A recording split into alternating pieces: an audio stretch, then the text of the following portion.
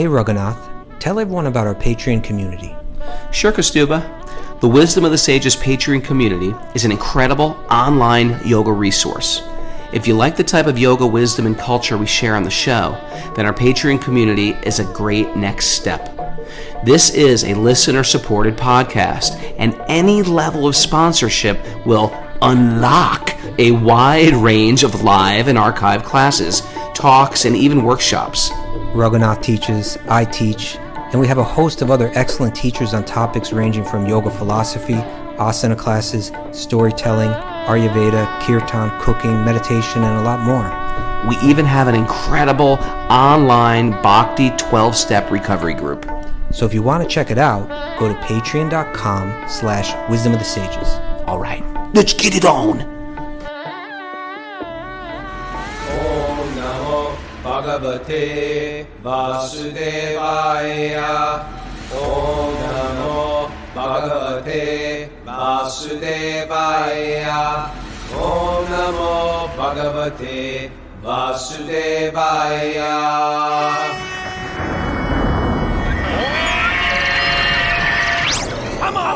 Live from Super Soul Farm, this is Wisdom of the Sages, a daily yoga podcast with your host, Raghunath, and co-host and senior educator at the Bhakti Center in New York, Kaustubha Das. Welcome to the show, everybody. Welcome to Walk On Wednesday. Wednesday is the day where we invite special guests on, people that we think are cool, doing interesting things with their life. We pick their brain and find out what they're up to. But before we introduce our special guest, Kaustubha, Mara, you guys have any announcements for today? Anything you want to share? I do. Trevor Vaughn's offering an asana class for our Patreon members at 8 a.m. this morning. And there's Bhakti Recovery Group meetings at 1 and 9:30 p.m. Eastern Time. We also have, on Sunday, Anu, who's in Colombia with us, is offering a posture therapy class for Patreon members as well. That'll be Sunday at noon, I believe. I'll double check that. Posture therapy. Yeah. Oh, okay. I could, Specialty. all right. That's nice. Everything good with you, Kaustubha? Everything's good. Happy to be here with you. Happy to be here with our special guest. It's a personal hero of mine, so I've been looking forward Me to too. He's my personal hero too. Yeah. I kid you not. Well, he's Special- like, we special brought soul. on Shama Sundar Prabhu a couple times in the past. And, for those of you that remember, he was a person that, was there in San Francisco back in the summer of love and helped to arrange everything for Srila Prabhupada there, and then went on to help, connect the Beatles and George Harrison with Krishna Bhakti, and then had all these adventures. So our guest today was there for all of that too. He was right there in it, part of it, making it all happen. And there were three couples, right? That brought Srila Prabhupada to San Francisco, that went to London on his behalf, that did so much very just creative, dynamic work to bring bhakti to the Western world, and they've gone down and will continue to be known in history as having done this just tremendously creative, dynamic, beautiful service. And so our guest today is very special to us. Yeah, and he's one of the very few people who had that very intimate time with Prabhupada, who's the guru of thousands and thousands of people, but that just met him when he first came to New York. And I had the great pleasure of meeting him with Yamuna Devi back in the early 90s, staying at one of those six original people that we're talking about. Yeah. And it was with one of our regular Zoomers, Henry, Haridas Henry. And we were all staying, our band was staying at his house. And Mukunda Maharaj, I just gave a spoiler. I was going to give the big announcement, but it's Mukunda Maharaj was coming over and visiting and talking to Yamuna and giving us class. Really not like a class, but really just sharing. Just being there and being, I think, to see Yamuna and Dina Tarane, who were with us, and giving us a lot of mercy and just telling us, we were just picking his brain. And I haven't seen you in many years. Please welcome Mukunda Goswami. Maharaj, welcome to the show. We're so happy to have you. Thank you for having me. You can ask questions anytime you want, but I'm going to give you a little background about my first meeting with Srila Prabhupada and where it was. It was in a place called the Bowery. Bowery is a word that's been used several times in Chaitanya Charitamrita. Bower used to be a place of flowers and twigs and leaves that in a kind of upside down U shape where people were shaded in the forest from. And the Bowery was kind of like that in the early part of the 20th century. It was a very fashionable place. People used to strut their stuff, so to speak, in that street. And there was a train, an elevated train called the Third Avenue L for elevated, that ran up and down the Bowery, which became Third Avenue later on. I mean, it's still called the Bowery, but later on it turns into Third Avenue in Manhattan. But anyway, towards the 50s and 60s, the Bowery became synonymous with a slum. And that was where I first met Prabhupada, in the Bowery. And he was in a very humble sort of setting. And in retrospect, my first meeting with him was that I saw a very distinguished and very clean looking person in a very sleazy, slummy kind of part of Manhattan, part of one of the slummiest places in the world. There's a Skid Row. The place smelled New like York. a mixture of urine and I'm sorry. in New York, in lower Manhattan. Yeah. And now it's mostly Chinese, because Chinatown has migrated northward from below Canal Street into the Bowery. But anyways, I thought, here is a person who looks like my grandfather, like my father's father. The difference was that he didn't have a wife, he didn't have a house, he didn't have a car, he didn't have a business, he didn't have a stash of whiskey, and he was happy. And I thought, well, I want to be like him. That's what I thought. And the first time I met him, I got some of his books, and I started reading those books. And I was reading them so continuously that I wouldn't even go out of the house. I wouldn't go for a walk without the books. And one time I was almost killed because I was oblivious to the traffic as I crossed the street. I was reading, and I didn't notice that an automobile was very near me. But anyway, I thought that I had met the author, and I had the books, and that was the end of my search. So I didn't have to do anything more. So that's where I met Prabhupada. I wrote about this in one of my books, Miracle on Second Avenue, about the first meeting of Prabhupada in the Bowery. And what happened is it was a very sleazy part of the world. And a friend of mine scrolled on a piece of paper with a pencil the address, and I thought, well, I'll just go there. I had been to Uptown Swamis and Christian leaders, and I was kind of disappointed because I didn't have much personal contact with them. They just kind of disappeared after they talked with me for about 3 or 4 minutes.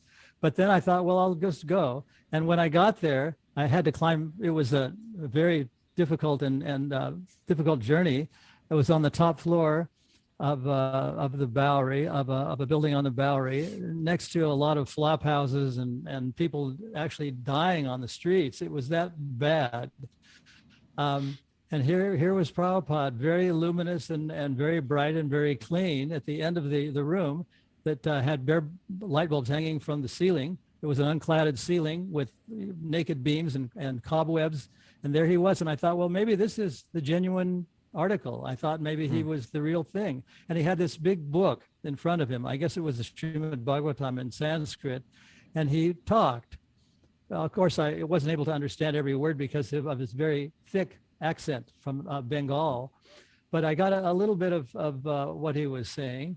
And I asked him if he had any books. And he did say that he had books. And actually, he brought it up. He brought up the idea of the books. And I said, he said it was going to cost $15 to get all 3 of them. They were the 3 initial Srimad Bhagavatams that he brought with him from India. Wow. And I said, I didn't have $15. He said, well, just give me whatever you have and you can pay for the rest later on. So I did that. And I got the books that very first time I got the books. Wow. and it's interesting that I didn't know what to say to him because he seemed to have all the time in the world for everyone there. There were about 5 or 6 people in that very dingy, dark loft in the Bowery.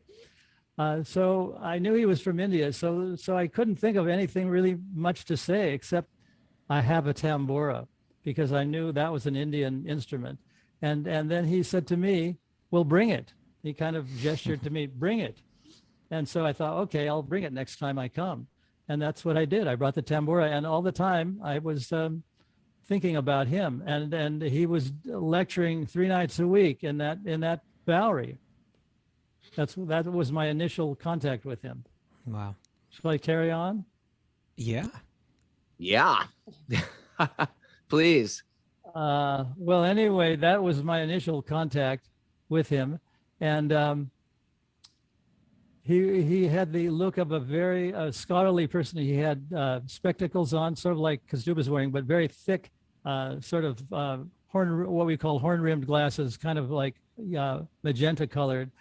And he had that look of a very sage-like person. So I thought, well, I was very fortunate because I thought this was the genuine thing. And I started, and I thought that having read the books and having met the author of the books, that my search had ended, and I didn't look any further. And at that time, I just thought, well, maybe, just maybe, he should have a better place. And that's part of my next episode. And I talk about this a little bit in my recently started website called Out of This World Studios, outofthisworldstudios.org. I talked about my first meeting with Prabhupada and what I said. And that's basically, in retrospect, that's what convinced me, was that I had met the author and I had read the books, and that was all I needed to know. So that was my first meeting with him. Could you tell us a bit more about the Out of This World Studios and what that website will be? Well, what that website is it's a bi-weekly or fortnightly talk. And the first 6 episodes have been recorded. The 3 of them are available now. And I used the first 3 episodes to talk about my initial contacts with Prabhupada, because that seems to be what people like to hear. And that's the name of it, outofthisworldstudios.org. And Okay. I thought to do something like this because I have a very good videographer who works with me, and it makes it look very professional. Everything that's done, he starts out in black and white, and then it goes into color, and it's got some very interesting introductions and outros to it. But I started it because I thought, well, I'm kind of involved in administration a little bit, and I have to do something that's reaching out. And when I give classes, people like to hear about my initial contacts with Prabhupada. So that's what all that is about at this point. Later on, I'm going to just tell some interesting stories, book distribution stories and other stories related to Prabhupada, things I've heard, things that I've experienced, things that I know. And this is all pre 26 Second Avenue stuff. It's kind of like really the early days, and when I met Prabhupada, and he seemed to have all the time in the world to talk. He wasn't one of those people that disappeared behind a curtain like some other people that I'd met who were of another tradition. And I was able to talk with him, and he seemed to have all the time. I didn't know what to say, but he seemed to have all the time in the world. So that's what I'm talking about on outofthisworldstudios.org. About my initial meetings so far. And I'm going to later on tell what I think are the interesting stories from different people, including the time I was in England. I will tell about that too. But Okay, I had departed for England shortly after I met Prabhupada. So I don't know too much about what happened after that in Second Avenue. Right. So I wasn't in that country. You were there in England, and you were one of the people that connected with the Beatles and recorded with the Beatles and so on, and connected them with Bhakti. So we look forward to hearing about that. It was kind of interesting because one of the things that happened was that the Govindam song, which was very popular in England. It rose to a very high place in the charts of British musical charts. Had a female voice leading it. It was Jamuna, and the devotees in England, I was told, didn't play it for Prabhupada because they thought it was improper for a lady to be leading the kirtan. But Prabhupada said, "I want to hear it." So the only place that there was a turntable was in the I don't know which temple it was on La Cienega Boulevard or Watsika Avenue, but it was played very loudly over the big speakers in the temple, and all eyes were glued to Prabhupada to see how he would react to it, because it was a very sophisticated arrangement. I don't know if some of you have heard it, but it's got cellos and violins and flutes and orchestral bells and harps and Middle Eastern oud and all kinds of, it's an orchestral arrangement. Sure. And all eyes were glued to Prabhupada to see how he would respond to it, even though it was led by Jamuna. And big tears started to glide down his cheeks. And that was it. Then it was played in every temple all over the world by his order, because he really liked the song, even though it was led by Jamuna. This was a song that happened. Verses from an ancient text, the Brahma Samhita, glorifying Krishna, and it was produced by George Harrison in the Apple Studios. He Mukunda Goswami and others had met him there, and he said, "Well, let's do a recording." So they recorded these. It's just a very, very beautiful recording that, as Marj mentions, it's in all the ISKCON temples around the world. This song is played every morning. The record is literally one hit after another. Like every song is a great song, and it, like Maharaj was saying, it rose to the top of the charts within England and Europe. And I remember Yamuna Devi telling me they tour, and maybe you were part of this too. Did you actually, just like when a band gets a hit song, they have to go on tour and support it. Did you actually go on tour with Yamuna Devi and tour that record? Well, what happened, to just give you a little background, was the Hare Krishna mantra record rose to number 11, I think, in the charts, in the English charts. So we traveled all over England and even into Europe, to Holland and to Germany and to France and different places with Jamuna to promote it. And the reason that we were doing that, part of the reason we were doing all that was we were pop stars, as it were.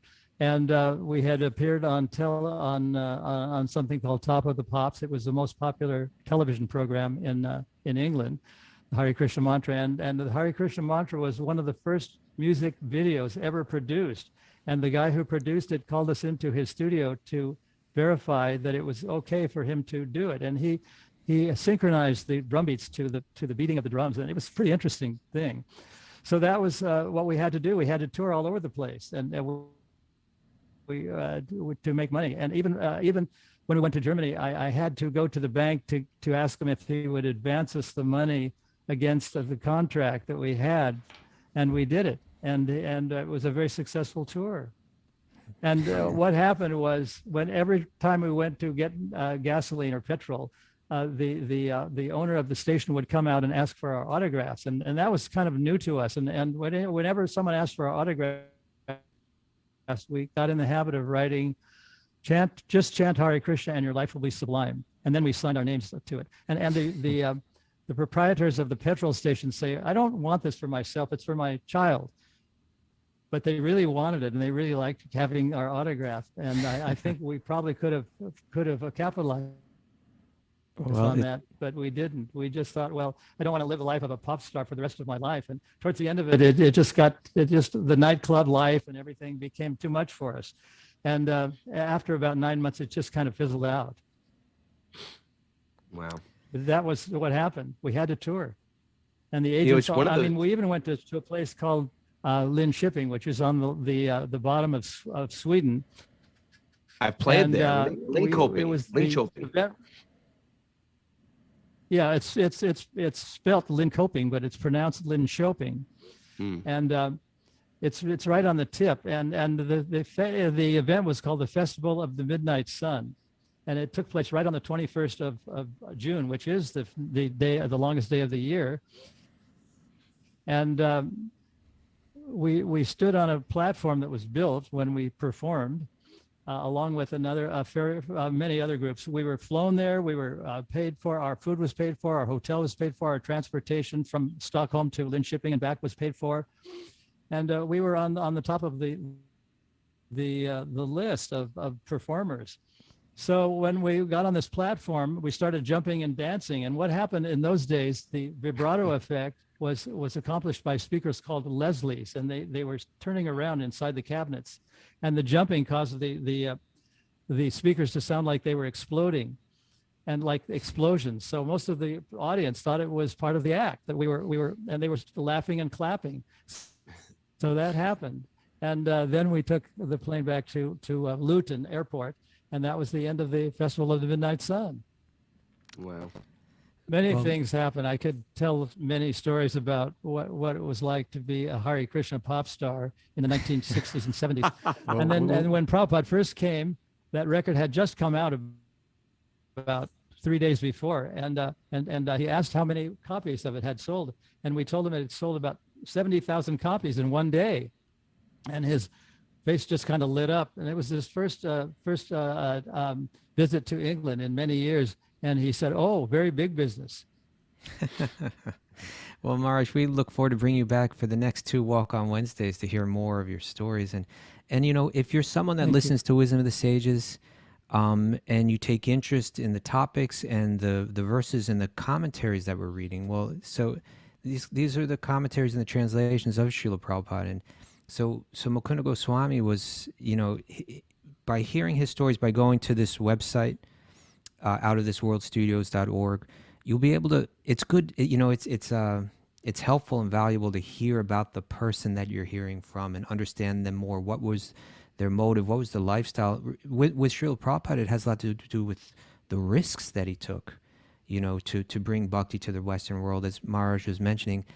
Raghunath and I remember the Bowery from the 80s, right? Like the Bowery's not the same thing today as it was back then, but even back in the 80s, it was the Skid Row of America, practically of the world. It was like the entire street was just like littered with people just like lying on the sidewalks, like vomiting. For literally, I'm not exaggerating when I say this, but it was just like a crime-filled Skid Row. And Srila Prabhupada was a 70-year-old man who somehow popped up there. And he took great risk, to bring these teachings. So if you go to that website, outofthisworldstudios.org, and you hear more about him, it can really fill out your experience of coming on this show and listening to Wisdom of the Sages, and you'll know more about who you're hearing from. So we really highly recommend that for everyone. Thank you so much, Mukunda Goswami, for coming back. We look forward to bringing you back next week. Thank you for the promotion. It's our pleasure. Okay. That was amazing. Yeah. Kostuba, I have a big delay today. I think because of the cold. It's been super cold up here. I think that was because he was in Australia too. I think it was more on his part than on our part. I hope. Oh, okay. I hope so too. It really, before we get into the show, that he's one of these. He's the one that introduced Shyamasundar to Prabhupada. Yeah. So Shyamasundar has been one of our guests more than once. He wrote those books, Chasing Rhinos with the Swami. But it's like he was the one that turned Shyamasundar. It's like he was the very, very genesis, of Prabhupada meeting this counterculture in the mid 60s. And he used that term uptown swamis, right? Like he said, I had met some uptown swamis. And that means that actually right directly across the street from where I live now, there was the Ramakrishna Center, and there were different swamis that come from India that were more or less catering to like a crowd of like women that were like wealthy women that lived uptown. Right? It was an entire thing in the history of yoga coming west, starting from the turn of the century. It was for the very wealthy elite who wanted to do something crazy and unique and fantastic. And I think Prabhupada was one of the first one who actually spoke to that to the youth. Yeah, he came down. He was actually, he entered New York City by being with one of these swamis uptown, and but in any case, a young man met him up there and said, you ought to try coming downtown. The young people are interested in hearing this. And then he ended up on the Bowery. But it's really, if you really think about it, an elderly man that had never been to the Western world, that never left India, gentle soul, and who pops into the middle of that scene in the Bowery. Most people would have been running the opposite direction. And Sure. Mukunda Goswami was really the first person that stuck with him, and to this day he remains his disciple, and his he continues to work to spread the same teachings of Bhakti that Srila Prabhupada brought to him back then in 1966 in New York City. He was also one of the two devotees that George Harrison called on his deathbed. That's right. Called them and told him, I'm going to leave my body. Will you I want come you to be here. Yeah. be there? And they both flew in. Yeah. Shama Sundar and Mukunda Maharaj flew in to be with George. So they really cemented a deep spiritual friendship with George Harrison. I had that good fortune with Henry, who's one of our Zoomers here in DC, of living with Henry for about a month and a half or so when we were writing our record, when we were all monks. And Yamuna Devi was being hosted by Henry, along with Dina Tarine, another Prabhupada disciple. And because there's such, there's many Prabhupada disciples, but there's only a very small nucleus handful of those who just walked with Prabhupada in 1966, 1967. And then all of a sudden things started exploding, especially after the Beatles.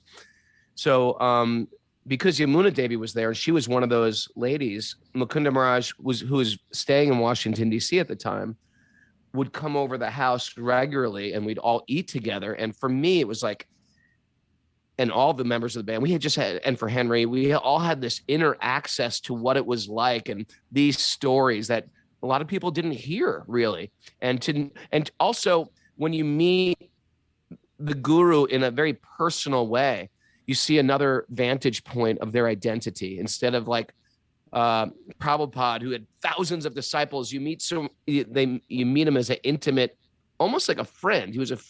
He spoke to them as a friend, even though he was their teacher.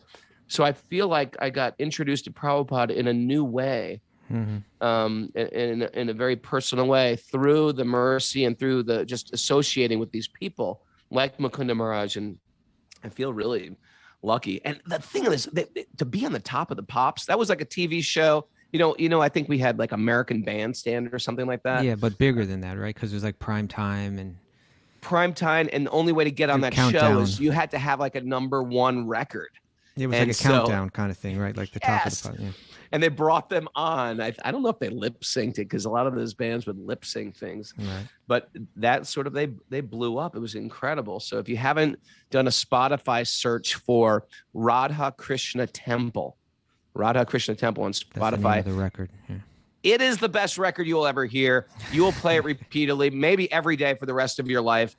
Every song is a hit song. And the first one, oh my God, incredible. So he also wrote a great book about those early days called Miracle on 2nd Avenue. So that's worth checking out too. People might want to check that out. Yeah.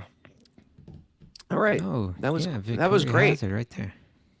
Good for good arranging that, Kastuba. I'm giving you all credit for that. Oh, it was nothing. Yeah. It was. Om Namo Bhagavate Vasudevaya Narayanam Namaskritya Naram Chaiva Narottamam Devim Saraswatim Vyasam Tato Jayam Mudirayat. Before reciting the Srimad Bhagavatam, which is our very means of conquest, one should offer respectful obeisances to the Supreme Lord Narayan.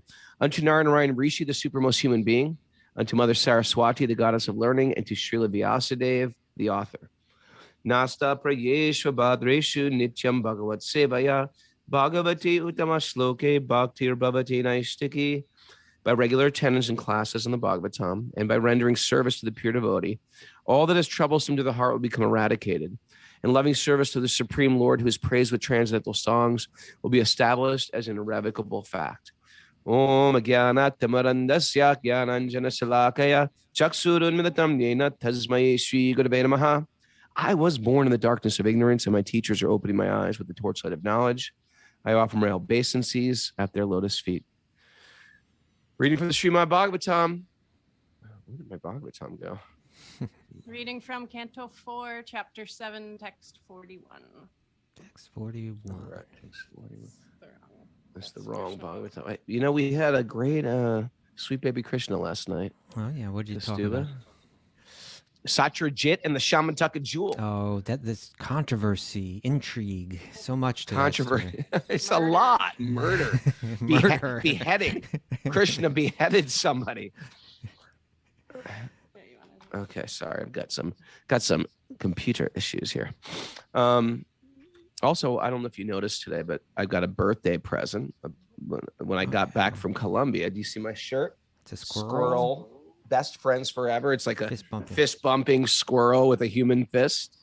Thank Nice. you, Lolita from Florida. Do I for this. represent the fist and you represent the squirrel, or how does it? Or you just you're the fist and the squirrel is like who you chase after regularly? You may not be part of this shirt, Prabhu. I'm sorry. I hate to break it to you. Could I you be? you But may could not I have a be? fist in this shirt.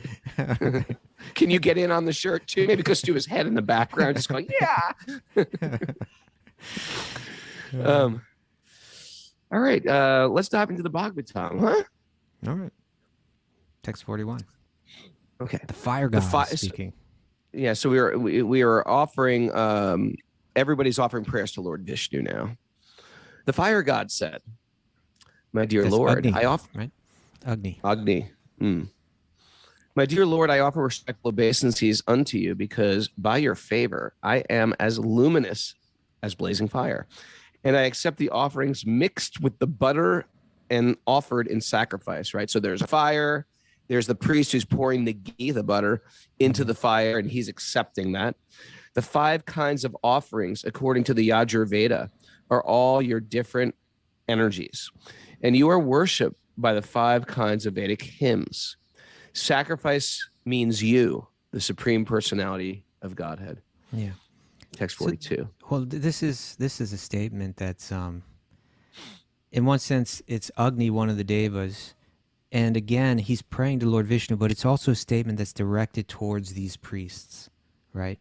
Who are so absorbed in the act of sacrifice, but generally for materialistic purposes. They're so into religious ritual, but in general their motives are for the things of this world. And so although he's praying to Vishnu, in a sense, at the same time he's sharing a message with those priests that, hey, understand that whatever religious ritual we do, it's really all meant not for the things of this world, but for connecting with this person, right, who's behind it all. Okay. Text 42. The demigods said, so various demigods are going to speak now. Dear Lord, formerly when there was a devastation, you conserved all the different energies of material manifestation. At that time, all the inhabitants of the higher planets, represented by such liberated souls as Shanaka, were meditating on you by philosophical speculation, right? That means they were performing some type of Jnana yoga. yoga system, You are therefore the original person, and you rest in the water of devastation on the bed of Shesha, the snake. Now, today, you are visible to us, who are all your servants. Please give us protection. Yeah. So that original being from whom the entire universe is stemming from is now standing right before us. So it's a big deal for them. Now the Vidyadharas the Gandharvas are going to speak. And Gandharvas are like angels. Dear Lord, all the demigods, including Lord Shiva, Lord Brahma, and Indra, along with Marichi and other great sages, are only differentiated parts and parcels of your body. You are the supreme, almighty, great. The whole creation is just like a plaything for you. We always accept you as the supreme personality of Godhead, and we offer respectful obeisances unto you. The Vidyadharas said, do you have a good definition for a Vidyadhara? They're a species of beings, and usually they got some issues, don't they? Aren't the Vidyadharas? I'm not so. Oh, actually, maybe not. The word humanoid means characters. the word means Vidyadhara, the one who holds Vidya. Yeah. All right. Vidya Maybe you meaning? could look up Vidya knowledge. Right. Dear Lord, I'm going to have Mara research Vidyadhara. Dear Lord, this human form of body is meant for attaining the highest perfectional objective, but impelled by your external energy. The living entity misidentifies himself with his body and with the material energy, and therefore influenced by Maya. He wants to become happy by material enjoyment. He is misled and always attracted by temporary illusory happiness. Check. But your transcendental activities are so powerful that if one engages in hearing and chanting such topics, he can be delivered from such illusion. Okay, so that's a big statement right there. Right? That's beautiful. Huh? You mentioned that last night you engaged in Sweet Baby Krishna, right? Sweet Baby Krishna last night, Patreon members, we got on together. We had a group of over about 34, 35 people, 37 people. And we just really read the 10th canto, and then I just did some commentaries on it and gave my 2 cents. But it was sweet. It's a sweet way to wrap up the night. You know, I think it made... With a little beheading and intrigue. Hey, you know, better to get it there than to get it from other sources where you might get that kind of thing, right? Narcos or whatever else you might have been tuning into. So, but I was just thinking that I think for a lot of people, for me, you know, before I came to this path of bhakti, if you would have told me that this was a yogic path, like just hearing these narrations, I probably wouldn't have connected the two, you know? You know what I'm saying? When we think of yogic practice, we may be thinking of something else. You know, we may be thinking of, you know, sitting silently. You know, going off to a quiet place, sitting silently. We might even think of like austerities. You know, things like that. Right. But here it's being said. It was said earlier. It wasn't long ago that we heard a verse. We've mentioned it a few times. Just a little bit earlier in these prayers, where it was mentioned that, you know, like we suffer in this world, we struggle in this world. You know, we might go through some periods of time where life is happy and everything is running smooth, but then something comes and we do suffer. And for some of us, that suffering is more lasting and it's more right. Constantly present in our life. You know, and if we're observant, even if we're going through a smooth time in our life, if we look around us, we'll see that there's so much suffering going on in this world. And that's not pessimistic, that's just realistic.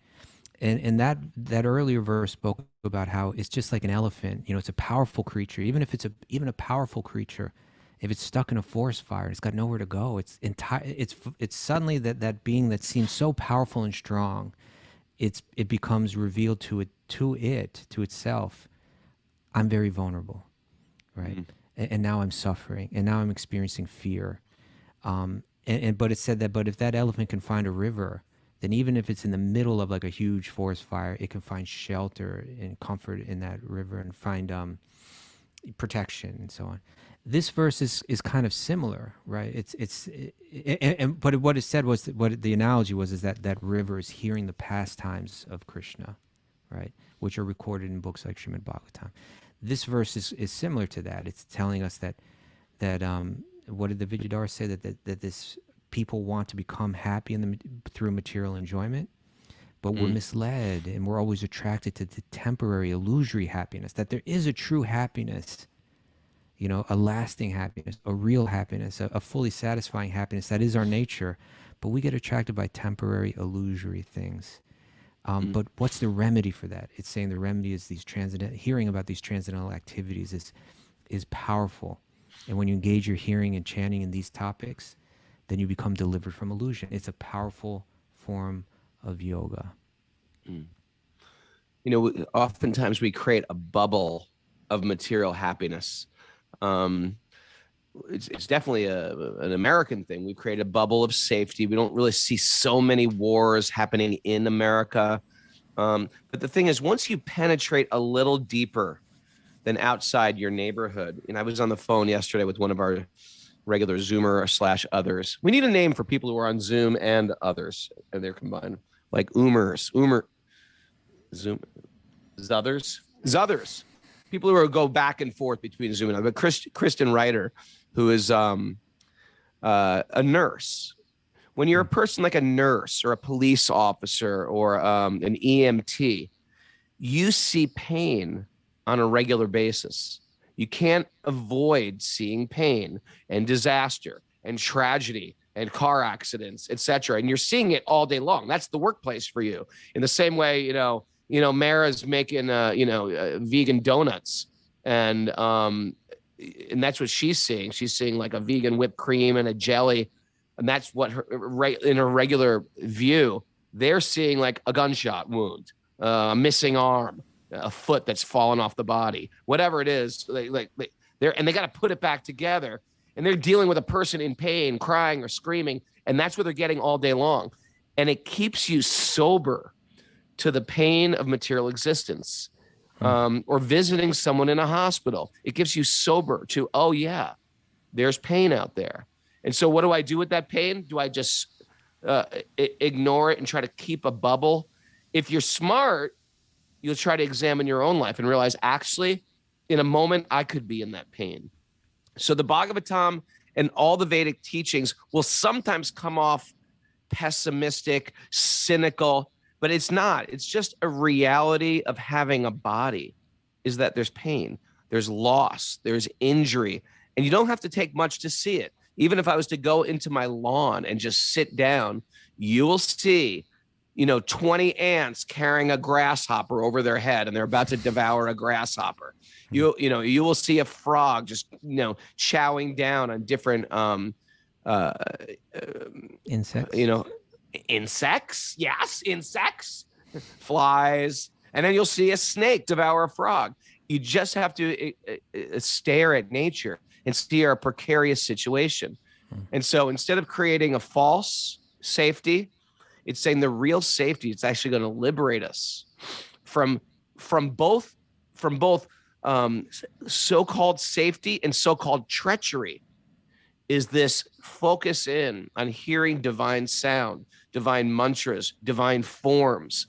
And this is what we do with Sweet Baby Krishna, and it's what we do with the Bhagavatam, is we're really locking in on these stories, these leelas, these sounds, and they actually uplift us and help us see ourselves as something more than the carcass of the Italian-American New York yoga teacher Raghunath, but something as a spiritual being that has an eternal identity.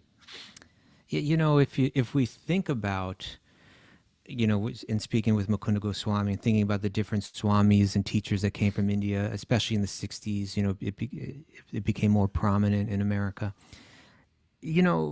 Probably so much they weren't emphasizing this particular yogic practice called Shravanam, right? Hearing from these sacred texts, hearing Krishna's pastimes. But it's all there, and it's a very strong part of the tradition. Srila Prabhupada came and he emphasized that. He came and he was, just putting out the books and giving the talks and really encouraging people. If you go to the Gita, it's right there in Bhagavad-gita where in the 13th chapter, it describes about the different yogic methods that people practice in order to connect with Paramatma within the heart, right? And it lists like the four, like what we call like the four paths of yoga, four commonly spoken of paths of yoga. Krishna says, some people perceive the super soul within themselves through meditation, right? And so that's when people think of yoga, generally that's what they're thinking of, right? But it's a very difficult path. Then Krishna's going to make that clear in the Gita, right? Arjuna rejects that path because he thinks it's just too difficult, right? But so some perceive the super soul within themselves through meditation, others through the cultivation of knowledge, that's jnana yoga, and still others through working without fruit of desire, that's karma yoga, right? And then he says in the next text, in text 13:26, again, there are those who, although not conversant in spiritual knowledge, even they may be a dented can and they may not be like a real jnani, like, right, a real philosopher. But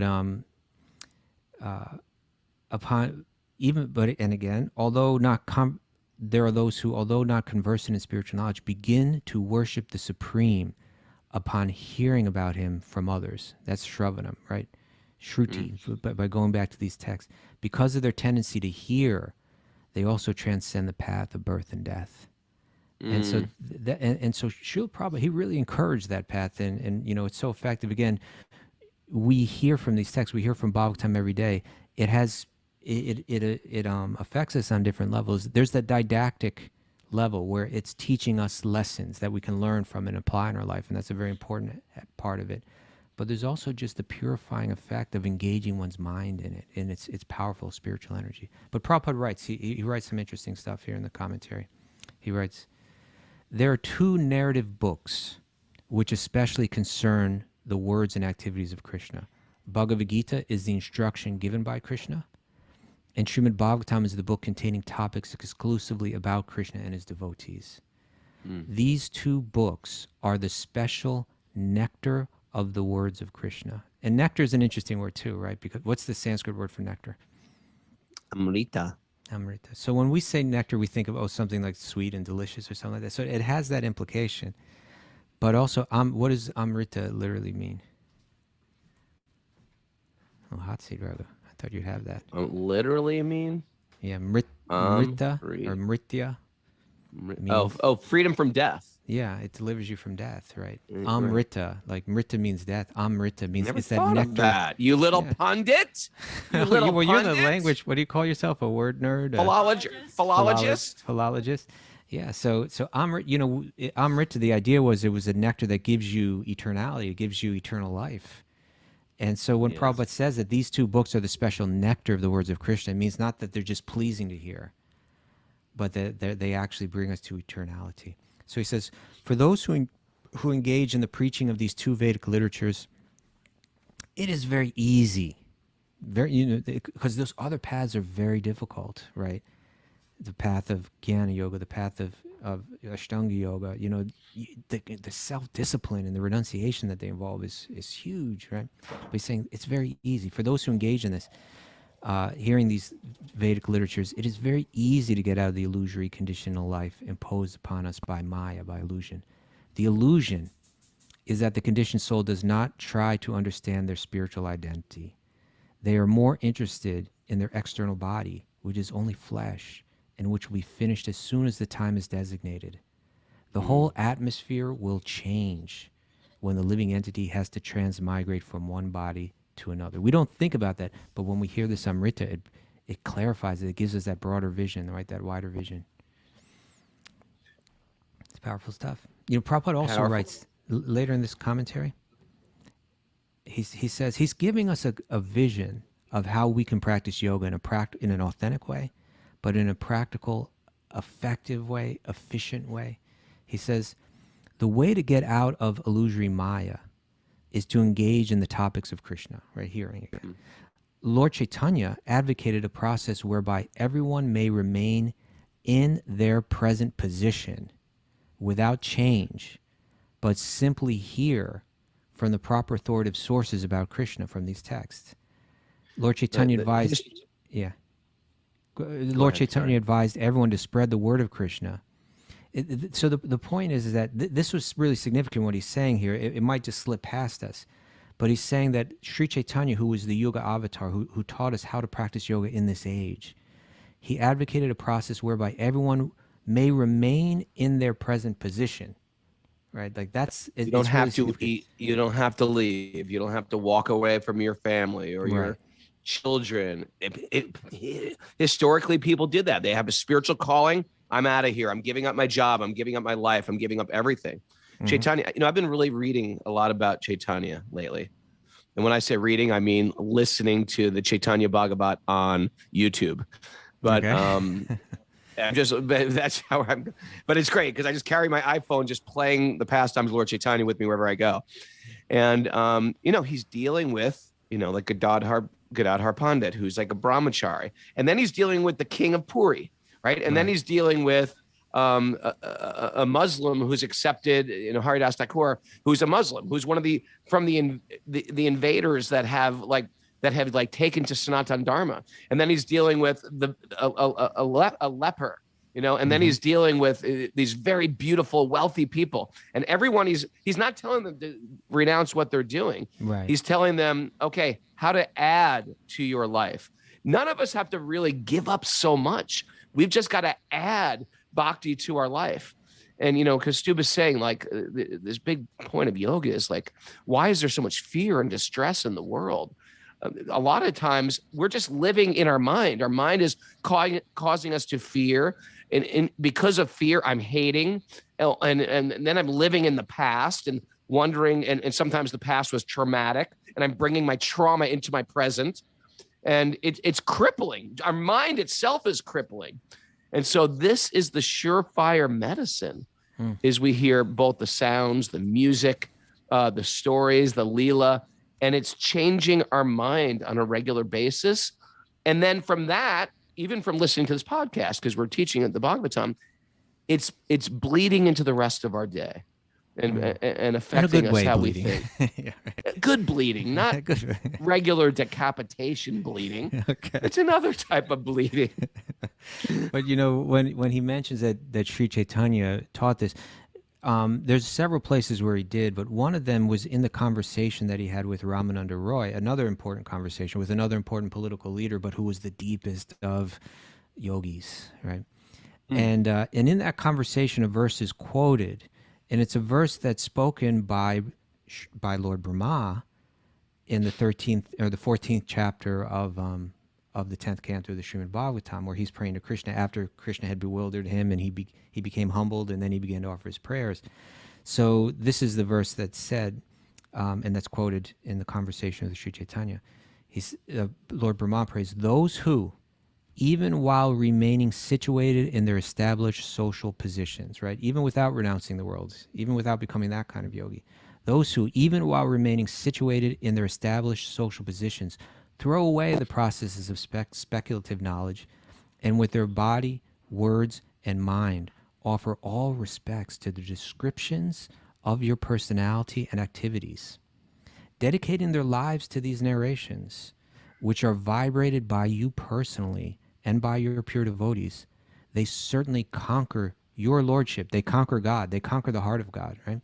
Although you are otherwise unconquerable by anyone within the three worlds. It's a powerful verse, and in that verse, so again, it's saying that those who dedicate their body, their minds, and words to hearing these narrations, learning from them, letting their life be enriched by them, that they conquer the heart of God, even though they remain in their social position, in their jobs, in their homes, married, with kids, all the social responsibilities.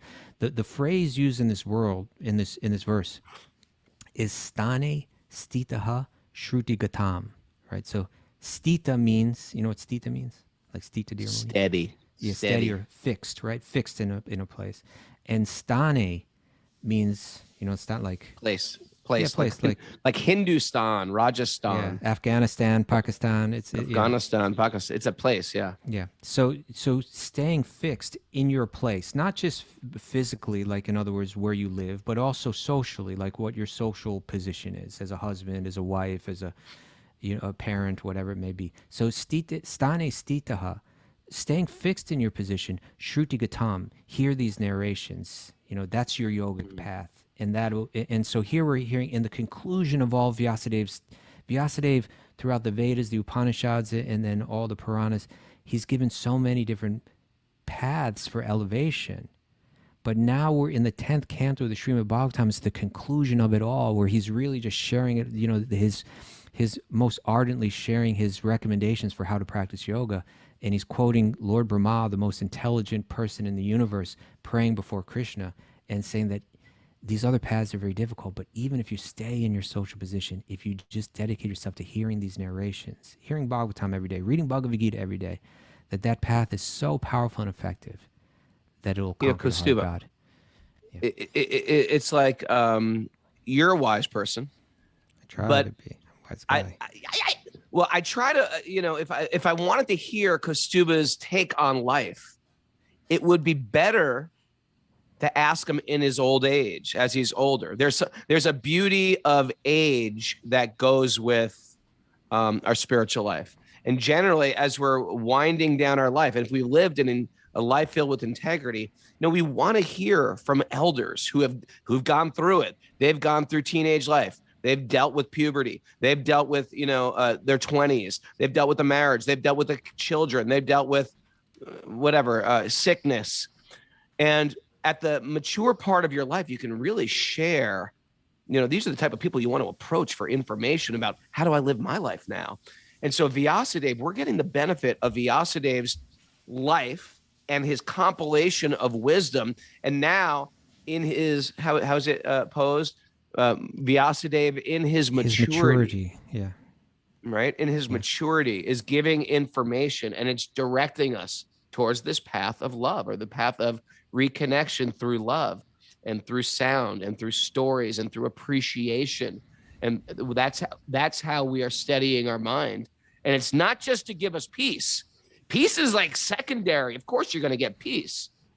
You're going to get deep love. And deep love is much higher than peace. What do you think about that? Take that away. Take that away. Take it away. Well, it's time for our takeaways. Thank you, Raga. Got any takeaways, Mary? Mary, you got some takeaways, por favor? I do. Okay. Even the powerful and strong are vulnerable to suffering and fear. Yeah. Okay. The pastimes of Krishna are the remedy for our suffering. Yeah. We're in a precarious situation. We could all be in pain in just a moment. Just Ouch. a moment. Step on a nail. Divine sound and mantra liberate and uplift us and reconnect us with our eternal identity. True. The tendency to hear allows us to transcend birth and death. Stay aware of suffering. It keeps you on the path of bhakti. Mm-hmm. It could. It could. It could also make you just complain about the world. True. Our mind is crippling us. The surefire medicine is hearing sacred literature. Okay. Stay fixed and simply hear. And deep love is higher than peace. Boom. Deep love is higher than peace. Woo! That's it. Well, it's my son's birthday today. Give him blessings, Rocco. Rocco. Oh, okay. Rocco's birthday. And so we're having a little What is birthday he? party Is here. he 15? 16? What is he? He's 15, man. He's a 15. He's a Get up nice there. 15-year-old. He's a good boy. He's a nice. I was a real rascal at 15. He is very sweet kid. He is. And I'm not taking any credit for it either because I'm not get so the credit. sweet. I'm not going to take it. I'm not going to take that credit. I'm going to give He it to just- you anyway. You know what? He's nothing like me. I can't take credit because he's nothing like me. He's soft-spoken. He's introspective. He's He is a different. little religious. He's not a big mouth. Anyway. Happy birthday, But he's got Rocco. Bhakti from you. But we are going to do Sweet Baby Krishna. We're getting back on the Sweet Baby Krishna train Nice. because it's fun and it's nice. And if you want to join us, Patreon members, that's how we support this podcast. You go to patreon.com/wisdom of the sages. Any monthly pledge of your choice gets you into that Patreon party. And once you get in, there's tons of great classes and backloaded Sweet Baby Krishnas, or a storehouse of Sweet Baby Krishna classes, as well as Kastuba gives lots of classes, workshops, etc. Want to thank Mukunda Maharaj. What an incredible life. You know, he was like a very, very respected jazz pianist. He was a jazz Back pianist. in He the was like day. working in the music studio. He was like a cool cat. He was like a beatnik back then, you know? He was like a cool cat. Jazz guy. He was like yeah. Yeah, I mean, people think like, oh, these people who are like giving themselves to spirituality, they must be some losers. No, this guy He was was a like cool the winner guy. of winners. He was super cool. I love him, and him and Shamasundar are like my heroes. Yeah. I want to be like them when I Hey, you know, grow we're up. going to bring another And he's- hero on from that team, right? On Malati. March 6th, Malati, who was Shama Sundar's Yeah, wife. we're getting. right? Yeah, she's incredible. Another incredible lady. So we are just so honored to have these people, because you hear their stories and you hear their life and you hear their mature realizations in the same way we're hearing Vyasadev's. We are blessed, my friend. We are blessed. Another day to hear the Bhagavatam that's going to change my life and change how I act in this world and change my thoughts and change Your heart? when I'm sad, where I go. Oh, Right? And when I'm joyful, where I go. I want to thank everybody for this. I want to thank Lolita for the squirrel shirt again. Hey, we got Montgomery dancing over here. I think we got to cue in on her. Okay. Mara, get on your job here. There she goes.